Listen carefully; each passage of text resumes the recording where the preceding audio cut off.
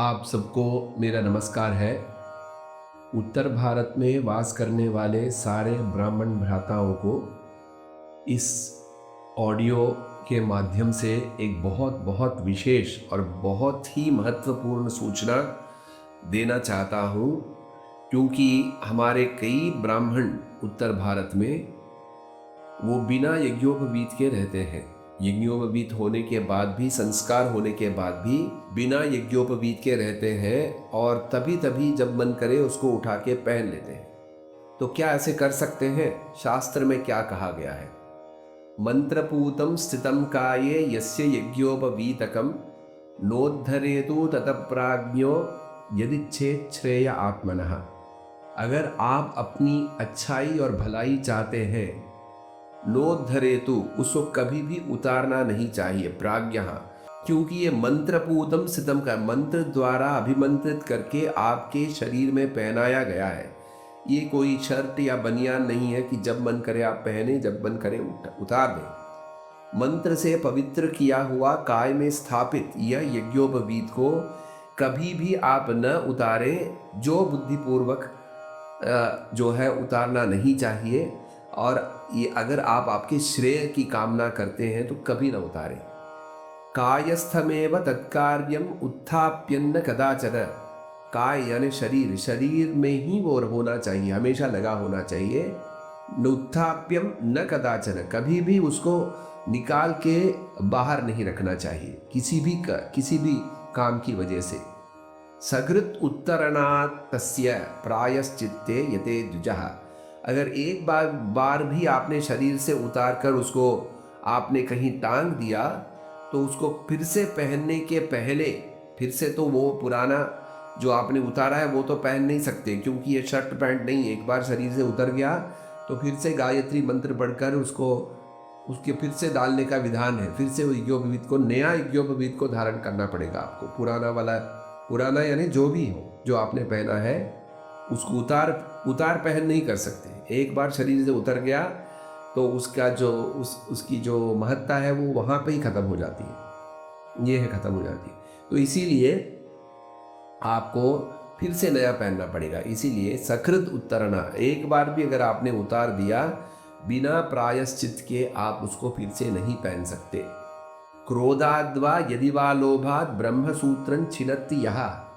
अगर आप क्रोध से या लोभ से, किसी मन के भ्रम से, अगर आपने ब्रह्मसूत्रीय यज्ञोपवीत को काट दिया है, तोड़ दिया है, निकाल दिया है गुस्से में, स कुर्यात् त्रीणि कृच्छ्राणि कृच्छ्रमेकश्च अथापि वा। आपको प्राजापत्य कृच्छ्र नाम का जो प्रायश्चित है 12 दिन का, वो प्रायश्चित करना पड़ेगा अगर आपने गुस्से में या लोभ में इसको उतार दिया और बाहर रख दिया। ऐसे महिमा है अपने यज्ञोपवीत की।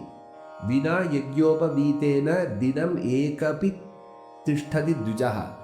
बिना यज्ञोपवीत के एक दिन में भी अगर ब्राह्मण रह गया बिना यज्ञोपवीत के, ब्राह्मण्यात् हीयते पुनश्वानो भविष्यति।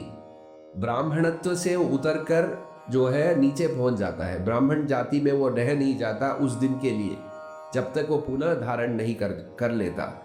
वो ब्राह्मण नहीं कहला सकता जब तक उसके यज्ञोपवीत उसके कंधे पे ना हो, वो नहीं कहला सकता। एंड पुनः श्वानो, अगर वो सदा यही करता है कि जब भी मन करे यज्ञोपवीत उतारता है फिर पहनता है, पुनः श्वानो भविष्यति, अगले जन्म में वो कुत्ता बन के पैदा होगा।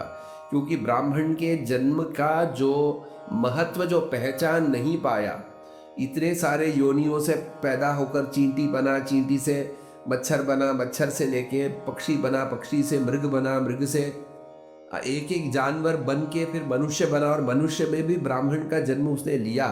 और उसका महत्व अगर वो समझ नहीं पा रहा है और यज्ञोपवीत संस्कार होने के बावजूद अगर वो उतार के उसको रखता है एक दिनम एक भी दिन, तो उसको जो है ब्राह्मणत्व उसका चले जाता है और वो अगले जन्म में कुत्ता बन जाता है। तो इसीलिए इसको कभी ना उतारे। बिना यज्ञोपवीतेन तोयम यः पिबति द्विजः। अगर आपने बिना यज्ञोपवीत के पानी पी लिया, तो ये सब हम जो बात कर रहे हैं जिनके यज्ञोपवीत संस्कार हुए उनके बारे में। बच्चों के, छोटे बच्चे 4-5 साल जिनके यज्ञोपवीत नहीं हुए उनके नहीं बात कर रहे।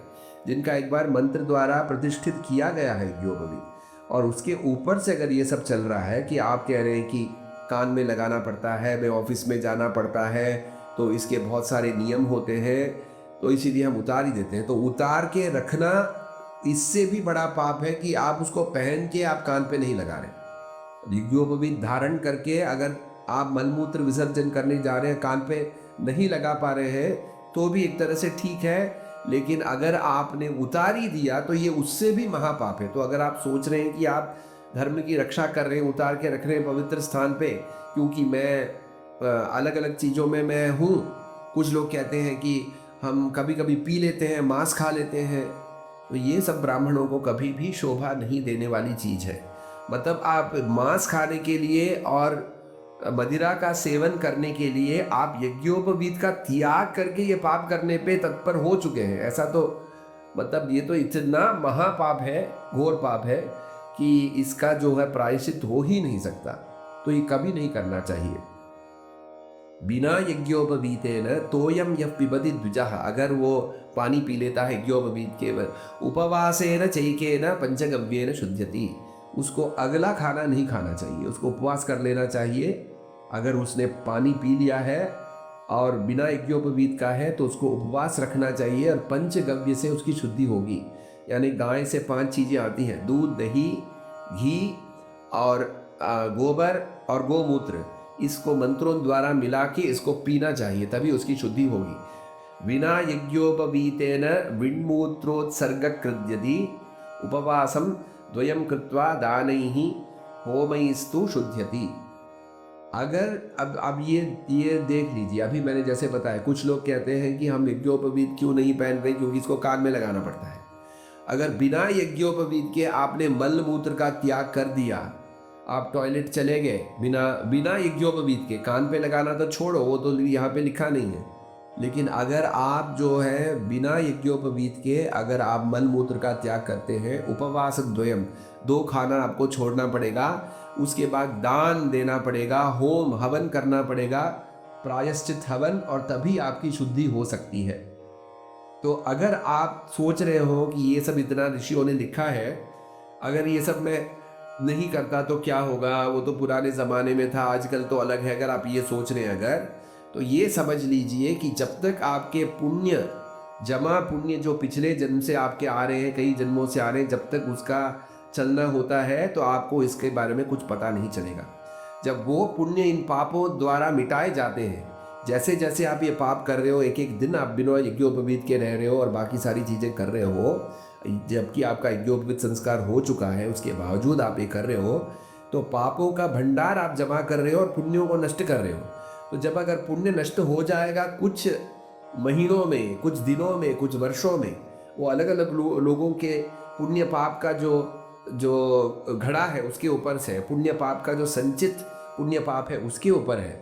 तो अगर वो खत्म हो जाता है और पाप का प्रभाव शुरू हो जाता है, तब जाके बुद्धि आएगी, और तब जाके हम अलग अलग ज्योतिषी पंडित जी को, मैं ऐसे फंस गया हूँ, मेरा ऐसा हो गया है, वैसा हो गया है। तो आदमी है, जब तक उसको ऊपर से भगवान के द्वारा डंडा नहीं लगेगा तब तक वो समझता नहीं है कि भक्ति क्या है और श्रद्धा क्या है और अनुष्ठान क्या है। एक बार उसको मिल गया, एक रोग मिल गया, नहीं तो कंपनी से नौकरी से निकाल दिया, बच्चा नहीं हो रहा है, शादी में प्रॉब्लम है, ये सब होता है तो सब तब भटकने लगता है और सारी चीज़ें करने लगता है। अगर आप ये पहले ही सारा जान के सही तरीके से करते तो ये नौबत आती ही नहीं। और आखिरी श्लोक में पढ़ रहा हूँ शास्त्र से, यदा सदोपवीदिना भाव्यम सदा बद्ध शिखेन च विशिको ह्युपवीतश्च यत्करोति न तत्कृतम्। अगर आप ब्राह्मण हो तो आपको हमेशा यज्ञोपवीत धारण करना ही चाहिए, सदा यज्ञ, सदा मतलब हमेशा, यज्ञोपवीतना भाव्यम, यज्ञोपवीत का आदर करें, उसको पहने, सदा बद्ध शिखेन च, हमेशा आप शिखा धारण करें। भले ही आपकी चुटिया जो है बड़ा नहीं रख सकते हैं, आपको बाहर जाना है, शर्म आती है, छोटी सी रखिए बट अवश्य रखिए, और उसको बांधिए, जब वो बड़ा हो जाएगा तो बंध जाता है, तो बांधिए। बद्ध शिखेन च विशिको ह्युपवी, अगर आप बिना शिखा के और बिना यज्ञोपवीत के कोई भी कार्य करते हैं, यत् करोति न तत्कृतम, वो कभी भी सार्थक नहीं हो सकता। इसीलिए यज्ञोपवीत धारण करना इतना आवश्यक है, और इसकी महिमा बिना जाने कई हमारे ब्राह्मण भ्राता जो है वो कष्ट में हैं, क्योंकि वो नहीं पहनते हैं और उनको लगता है कि हम दुनिया का सारी चीज़ कर सकते हैं, ये केवल पूजा हवन के लिए है। बट ये हमेशा के लिए, क्योंकि आप अगर ब्राह्मण कुल में जन्म ले रहे हैं तो जिस तरीके से आपका ब्राह्मण कुल में जन्म हुआ है, ये आपके ऊपर एक शास्त्र का निर्णय है कि आपको ये संस्कार होने के बाद इसको पहनना चाहिए और कभी भी उतारना नहीं चाहिए। तो इस प्रकार के शास्त्र के जो मैसेज है, ये वेदघोषम यूट्यूब चैनल को आप सब्सक्राइब करेंगे तो आपको सदा मिलते रहेगा और इसको अनेक लोगों तक पहुंचाइए, क्योंकि अगर सनातन धर्म को अगर बढ़ाना है तो वो अनुष्ठान धर्म है जो ऋषियों ने हमें बताया है कि किस तरीके से हमें हर चीज़ को शास्त्र सम्मत स्वरूप से जानकर करना चाहिए। तो ये केवल वेदघोषम में हम सिखाते हैं। तो आप इसको अलग अलग लोगों तक पहुंचाइए और सनातन धर्म की रक्षा करिए, ऐसा मैं आपसे प्रार्थना करता हूँ। नमो नमः।